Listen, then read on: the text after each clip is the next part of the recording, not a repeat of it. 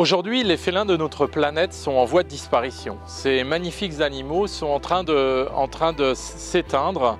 Alors, quelques chiffres tout d'abord. Aujourd'hui, on estime qu'il reste en Asie 3900 tigres. C'est vraiment très peu.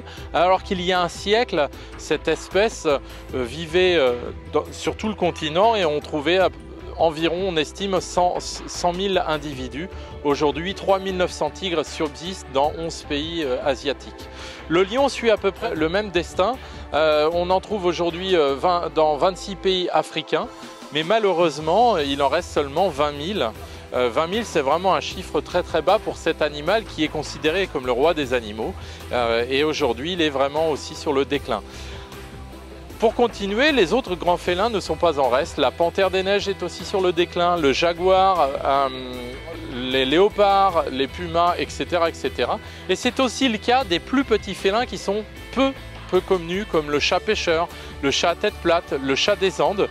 Ce sont des animaux dont il subsiste entre 7 000 et 10 000 individus adultes à l'état sauvage. Alors, quelles sont les causes de disparition de ces animaux?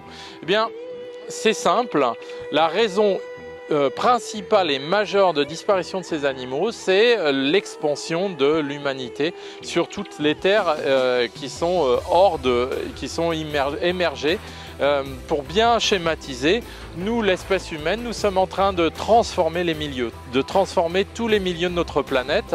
Nous rasons les forêts, nous asséchons les marais, nous transformons les rivières, les mangroves.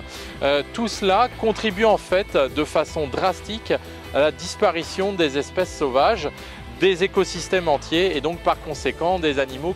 Donc bien avant la chasse et le braconnage, les félins disparaissent à cause de la transformation des milieux. Après, bien sûr, s'ajoute à cela la chasse directe que je viens d'évoquer, à la fois le braconnage, mais aussi la chasse sportive et d'autres raisons.